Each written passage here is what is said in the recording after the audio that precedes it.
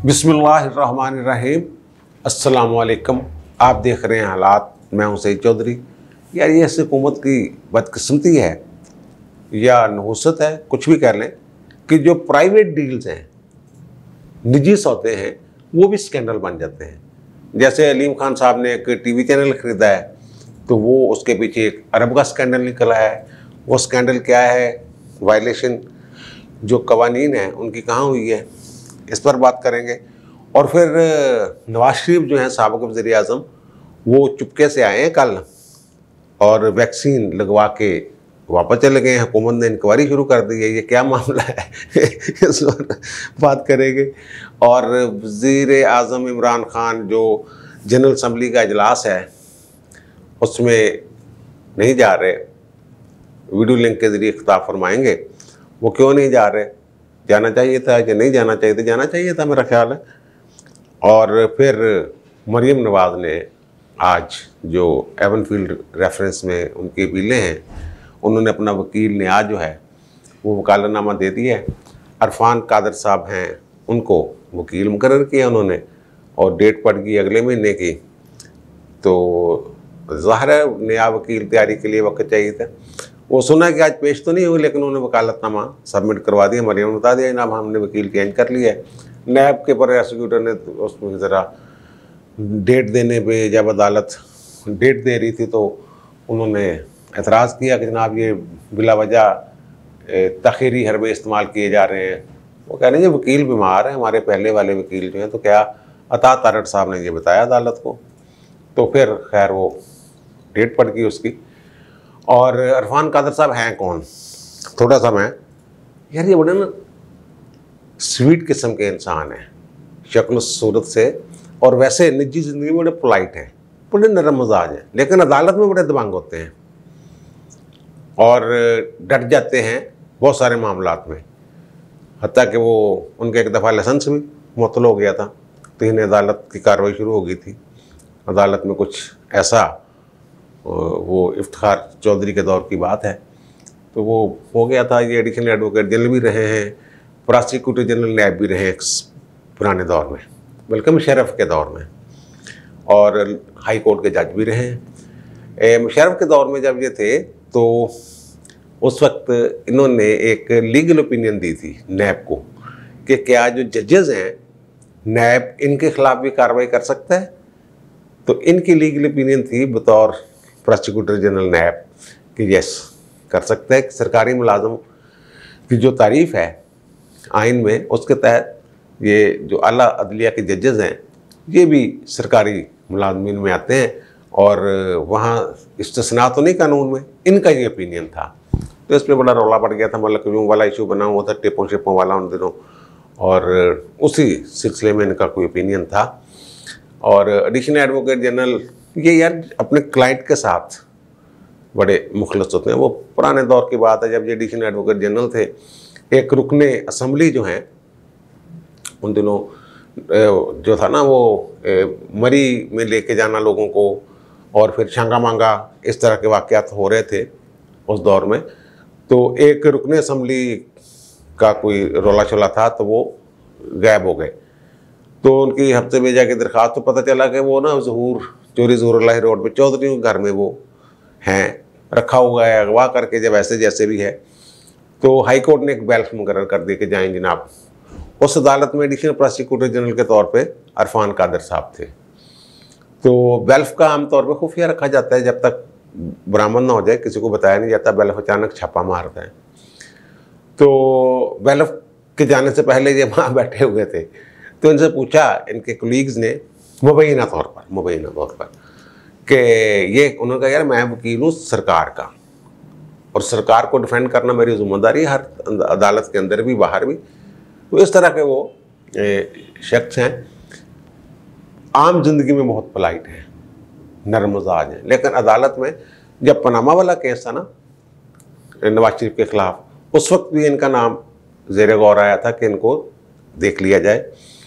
तो इनके एक जो नवाज शरीफ की लीगल टीम थी, उनके एक बड़े से मेरी बात हुई, तो मैंने अरफान कादर साहब का नाम, उन्होंने कहा कि मैं कहा यार थोड़े वास्ता रोक नहीं तुसी तो यार जेड़ा ऑब्जेक्शन करने वाला हुंदा सुप्रीम कोर्ट च वो भी नहीं करते यार, कम से कम बेंच से इतराज़ कर दो शहबाज शरीफ की रिश्तेदारी वाली बात करके। तो उन्होंने कहा नहीं यार, नवाज शरीफ ने कहा नहीं वो अग्रेसिव नहीं खेलना। तो फिर मैंने कहा कि यार इरफान कादर साहब को यहाँ आना चाहिए। तो उन्होंने मुझे कहा कि यार उनका तो लाइसेंस मुअत्तल है और ये बात ज़ेरे गौर है, लेकिन हमें शर्म आ रही है कि हम इतने सीनियर आदमी से फ़ोन करके, अटॉर्नी जनरल भी रहे हुए हैं इरफान कादर साहब, ये हम पूछेंगे यार थोड़ा लाइसेंस बहाल हो गया या नहीं। अगर आप पूछ सकते हैं तो मेरी थोड़ी बहुत याद अल्लाह फ़ोन की हद तक या 1-2 मुलाकातें थी उनके साथ। तो मैंने फ़ोन करके वो उनसे बात की तो उन्होंने कहा कि नहीं वो मेरा लाइसेंस बहाल हो गया है। बहरहाल उसके बाद फिर वो नवाज शरीफ साहब का जो मूड था वो था जनाब नहीं लड़ना नहीं। और अब अगर लेके आए हैं, ये बात बताने का मतलब ये है कि अब अगर उनको लेके आए हैं तो इसका उस वक्त मतलब था इरफान कादर साहब को नहीं लाने का कि लड़ना नहीं, ये है ना। अब अगर लेके आए हैं तो फिर इसके उल्टी होगा ना। वो जो एक सबूत है, एक दरख्वास्त की शक्ल में मरीम नवाज़ पेश करना चाहती हैं, वो मैंने अपने पहले व्लॉग में ये कहा था जब इस मौजू पे मैंने किया था पिछली पेशी पे जब, तो मैंने कहा था कि आम वकील का काम नहीं है, वकील भाग जाते हैं। तो ये किसी तगड़े वकील का काम है और तगड़ा वकील फिर इरफान कादर ही ज़ाहिर है उनको मिला है, या वो है दबंग आदमी, अपनी बात कर सकते हैं अदालत में, वो बगैर लिगी लिपटी रखे जो आइन और कानून कहता है उसके मुताबिक वो बात कर देते हैं। और दूसरा साबिक वज़ीर आज़म साहब जो हैं वो कोट ख्वाजा सईद का जो हॉस्पिटल है वहाँ से वैक्सीन लगा के निकल गए हैं। अब वो महकमा जो है हेल्थ वाले, उन्होंने ख़त लिख दिया है जनाब उनको, FIA वालों को, या दरख्वास्त दे दी है कि जनाब पता करें ये क्या जालसाजी हुई है, क्या हुआ, कैसे हुआ, किसने करवाया है। और कल की सुना कोई बात है और वो किसाब गए हैं वहाँ, वो लिखवा के ले गए। और यहाँ वो जो नाम लिया जा रहा है जो वैक्सीनेटर है नवीद अल्ताफ़, तो वहाँ को साहब गए हैं, उन्होंने वो अंदराज करवाया है उसका शनाख्ती कार्ड का। और आमतौर पर जब जाते हैं ना तो वो अगर थोड़ी बहुत वाकफियत है आपकी तो वो कहते हैं कि जनाब शनाख्ती कार्ड अगर घर भूल आया तो शनाख्ती कार्ड का नंबर बता दें, ये होते हैं आमतौर पर। और मैंने भी जो लगवाई थी वैक्सीन तो मैंने सिर्फ नंबर बताया था, फिर वो उसका अंदराज करके मैसेज भेज देते हैं, जो भी उनका तरीक़ाकार है। और बाज़ का ये भी होता है कि वो अपने पास पर्ची बना के रख लेते हैं और इकट्ठा ही शायद डाटा भेजते हैं। तो मे भी वो नंबर गलत हो गया हो, बंदे से गलत बोला गया हो, या किसी ने सिर्फ ये चेक करने के लिए कि कितने एक्टिव हैं ये लोग वो किया हो। और नवीद अल्ताफ़ साहब से पूछ लें कि भाई ये आपने शनाख्ती कार्ड देख के बगैर कैसे कर दिया। ये नवाज शरीफ के शनाख्ती कार्ड में वो तो नाम आता है वहाँ पे, जो उनके पास होता है वो बना के देते हैं, फार्म सा पहले बना के देते हैं, उसमें तो नाम से हम लिखा होता है, नाम भी पूछते हैं वो। तो ये कैसे हो गया? बहरहाल ये कोई इतना बड़ा जुर्म नहीं हो गया। वो उन्होंने वैक्सीनेशन का सर्टिफिकेट पाकिस्तान से नहीं लेना, ये तो वैसे ही जाली होगा अगर पाकिस्तान से वैक्सीनेशन का सर्टिफिकेट वो लेते हैं नवाज शरीफ। हो सकता है उन्होंने लंदन में लगवा ही ली हो। एम बस एक नॉन इशू सा बन गया इनकी जो है ना किस्मत में, वो यही है कि स्कैंडल बनते रहेंगे और उस स्कैंडल्स के हिसाब से फिर हुकूमत की बदनामी का बायस, और फिर इनके पास जो एक हाथ आ जाता है। अब शायद ये उनको जालसाजी का केस कर दें नवाज शरीफ पे, कोई पता नहीं इनका, कोई पता नहीं। और फिर हमारे वज़ीर आज़म साहब जो हैं वो ज़ाहिर है जनरल असम्बली का इजलास है, मोदी पहुंच गया है जनाब, उनकी बाइडेन के साथ मुलाकात तय है टाइम्स ऑफ इंडिया की रिपोर्ट के मुताबिक, और 3 दिन शायद उसने वहाँ रहना है। और हमारे वज़ीर ख़ारजा साहब गए हुए हैं, इनकी किसी अमरीकी से अभी तक मुलाकात ही नहीं हुई। और एक और बहुत बड़ी शख्सियत वहाँ गई हुई है, सड़कों पे कश्मीर का केस लड़ रहे हैं, ख़वातीन पर मार्च कस रहे हैं कि ये देखें जनाब ये हैं बेटियाँ, और ये बाद में कह रहे हैं यू टर्न ले लेते कि नहीं शहरयार अफरीदी साहब, वो कश्मीर कमेटी के चेयरमैन, वही वो अल्लाह को आज़ाद जान के कहते थे कि जनाब सही छापा पड़ा है, पकड़ी गई है राना सनाउल्लाह से। इसी से अंदाज़ा लगा लें वो कितने सच्चे आदमी हैं कि राना सनाउल्लाह से पता नहीं कितने किलो हीरोइन पकड़ी गई थी, छापा पड़ा था। ये उन दिनों नारकोटिक्स के शायद वजीर थे। तो अब वहाँ सड़कें नापते फिर रहे हैं वो। और मुझे तो अभी तक मैंने देखा है, कंगाला है अखबारात को इधर उधर देखा है कि शायद कश्मीर कमेटी के हवाले से, कश्मीर के हवाले से कहीं इनकी कोई मुलाकातें वगैरह हों या क्या हुआ हो क्या नहीं हुआ, तो कोई ऐसी सरगर्मी नज़र आई नहीं कि जिससे पता चले कि जनाब भाई साहब ने कश्मीर का केस उठा दिया वहाँ पे। वज़ीर ख़ारजा साहब की मुलाकातें भी जो अमरीकी अमायदीन हैं या अमरीकी हकाम हैं उनके साथ कोई ऐसा सच मुलाकात नहीं है। वो क्या कर रहे हैं वो पता चल जाएगा। और वज़ीर आज़म साहब इसलिए नहीं जा रहे कि मज़ीद सुक्की होगी। वैसे तो जाना चाहिए था कि वहाँ जाते जो मुस्लिम ममालिक के सरबराहान हैं या उनसे टेलीफोनिक गुफ्तगू करके वो उनसे कहते हैं कि जनाब कश्मीर का मसला चुको। एक आध शायद शाह अब्दुल्ला ने तो खिताब कर भी दिया है शायद, तो पता नहीं कश्मीर का जिक्र हुआ। फ़लस्तीन पे तो बात कर रहे थे वो, कश्मीर का पता नहीं। कश्मीर का मसला तो इन्होंने उठाना था, वहाँ जाते यार लोगों से बात करते सारा कुछ करते, फिर कश्मीर का इशू जो है वो जनरल असम्बली में आ सकता था, आवाज़ गूंज सकती थी। बड़ा अच्छा वो कहते हैं हमने पहला केस लड़ा था जब गए थे कश्मीर का केस, जनाब इमरान खान जैसा किसी ने लड़ा ही नहीं, तो अब जाते जाके लड़ते। लेकिन ये है कि जनाब वहाँ जाएंगे तो कोई मुँह नहीं लाएगा।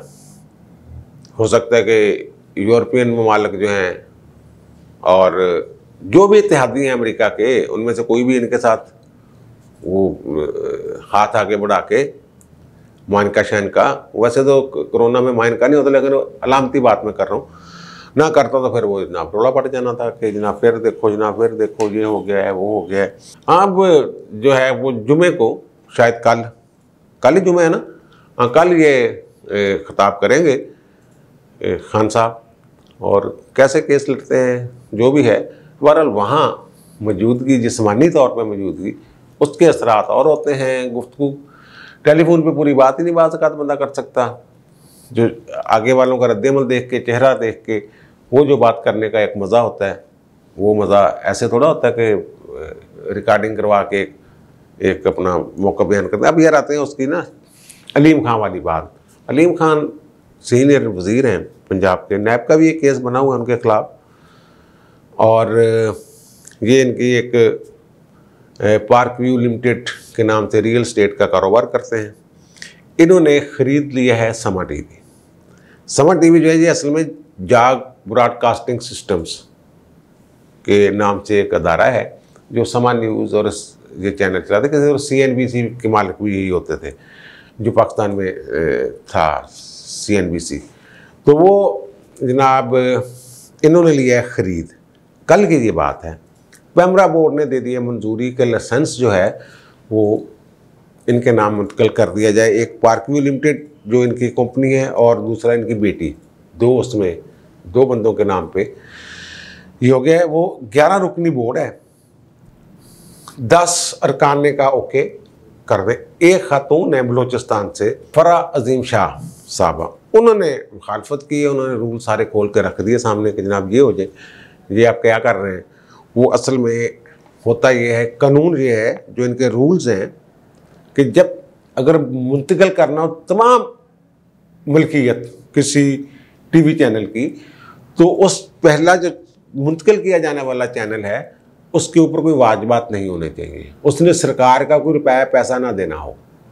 तो इन्होंने तकरीबन 1 अरब रुपए सरकार को देने हैं। एक तो तजदीद होती है लाइसेंस की, हर साल सालाना फीस होती है, उस मद में 18 करोड़ रुपए देने हैं समा टीवी ने। और फिर एक एडवर्टाइजमेंट रेवेन्यू जो इकट्ठा करते हैं, वो कानून ये है कि उस वक्त का 5 से 7.5% तक पैमरा के बाद जमा होना होता है, उसमें से हिस्सा जो होता है उस मद में कहते हैं कि 70 करोड़ रुपए एडवर्टाइजमेंट की मद में जो सरकार को देना है वो पड़ा। यानी इस तरह से 70 और 18 88 करोड़ तकरीबन 1 अरब के राउंड अबाउट बन जाता है, ज़ाहिर है। वो जनाब हुआ ही नहीं, और उसके बगैर ही इन्होंने ट्रांसफ़र कर दिया वो अलीम खान साहब को। अच्छा, अब वो जो खातून है ना, वो 2009 के कोई रूल्स हैं जिनकी वो बात कर रही हैं, फराज अजीम शाह साहब, वो कहती हैं कि मैंने ये भी कहा कि चलो बैंक गारंटी ले लो, बैंक से ज़मानत ले ले, वो नकद नहीं देनी होती, लेकिन बैंक एक ज़मानत दे देता है कि जनाब इसकी जगह मैं पे कर दूंगा अगर ये फ़लाँ तारीख तक या नहीं करेगा या नहीं। और फिर एक और बात, अगर आप लाइसेंस लेना चाहते हैं, जिसने लाइसेंस लेना होता है उसकी क्लियरेंस होती है मुख्तलिफ एजेंसियों से, वजारत दाखिला से NOC लेना पड़ता है, और लॉ मिनिस्ट्री से भी कुछ मामला ऐसे हैं जो क्लियरेंस लेने पर हसास अदारों से क्लियरेंस लेनी पड़ती है। जनाब ये बंदा कोई कौन है, कहाँ से आया है, क्या करेगा, क्या अज़ाइम है इसके, सारी रिपोर्टें NOC वगैरह, इसमें कुछ नहीं हुआ। वो जी वो ये है कि वो वजह ये बयान की, वो जी ये वैल्यू TV के डायरेक्टर हैं, वैल्यू TV जो 24 है आजकल उसके, तो ये तो इनको तो पहले ही हो चुकी है छान पटक के कौन है कौन नहीं है। अब इतला ये है कि जनाब हुकूमती शख्सियात बुरी तरह मुलव्वस है इसमें, जिन्होंने ये लाइसेंस दिलवाया है। और सबसे ज़्यादा नाम जो लिया जा रहा है वो वज़ीर इत्तलात फवाद चौधरी साहब का है, कि फवाद चौधरी साहब ने जनाब इस पर सारी वारदात डाली है। वो कहते हैं, BBC की एक रिपोर्ट है, BBC ये कहता है, BBC का नुमाइंदा, कि वज़ीर इत्तलात और जो पैमरा के चेयरमैन हैं, इनकी एक हुकूमती शख्सियत की नेक्सी में मुलाकात हुई है। अलीम खान साहब वहाँ मौजूद थे, और फिर समा TV का एक एंकर है, नाम लिखा उन्होंने मोहित जाफरी, वो भी उस मुलाकात में मौजूद थे। अब वो मोहित जाफरी से पूछ रहे हैं, मोहित जाफरी मैं तफसीलात नहीं बता रहा, BBC वालों को कह रहा बता सकता, क्योंकि वो लेकिन मैं इसकी ना तईद करता हूँ ना तरदीद करता हूँ कि वहाँ जब 3 बंदे बैठे हुए इसी काम के लिए बैठे हुए होंगे ना यार, तीनों का जो चेयरमैन, तीनों मुतलका लोग हैं, आपके इंफॉर्मेशन जो मिनिस्टर हैं, चेयरमैन पैमरा और अलीम खान, ये तीनों मुतलका लोग हैं ना, एक सौदे से मुतलका ये लोग हैं ना, तो इसलिए इस तरह वो सौदा हो गया हुआ है। और फिर ये भी एक इतला है कि शौकत तरीन के जो सिल्क बैंक में हिस्सेज हैं, शेयर्स हैं, कुछ 26% के करीब, वो भी अलीम खान साहब खरीद रहे हैं। और जिन सिल्क बैंक को जो कंट्रोल कर रहा है वो शौकत तरीन जो हमारे वज़ीर ख़जाना है उनका ख़ानदान कर रहा है ना, वो सारे शेयर्स ख़रीदना चाह रहे हैं। उसमें भी थोड़ा सा फड्डा पड़ा हुआ है।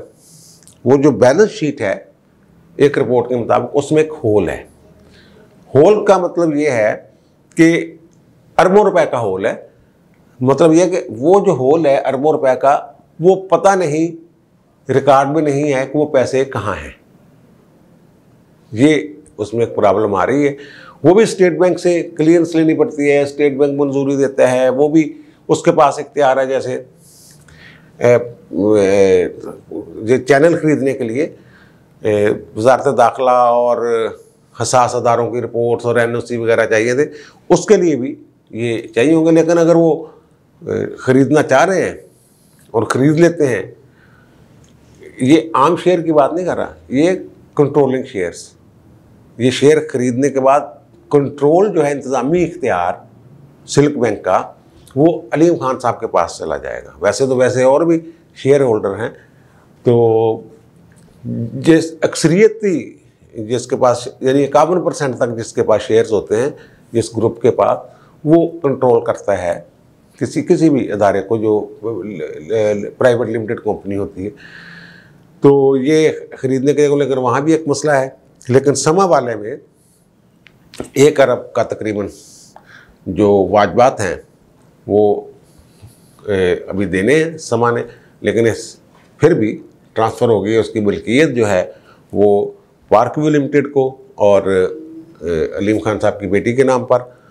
और फिर इसमें किरदार जो कहा जा रहा है, जितनी मर्जी तरदीदें कर लें यार, जो मर्जी कर लें, वो मुलाकातें और रिकॉर्ड शिकार जो भी सारा कुछ मौजूद है, तो वो फवाद चौधरी साहब जो है वो तो उसको नज़रअंदाज नहीं किया जा सकता। उनके किरदार को जो शवाहद हैं और जो मोहित जाफरी ने कहा ना मैं तरदीद करता हूँ ना तस्दीक करता हूँ, अगर बात गलत है तो तरदीद कर दें। अल्लाह खैर सलाह। और अब दीजिए मुझे इजाज़त, इंशाल्लाह मुलाकात होगी दोबारा नए वीला के साथ। अल्लाह हाफ़िज़।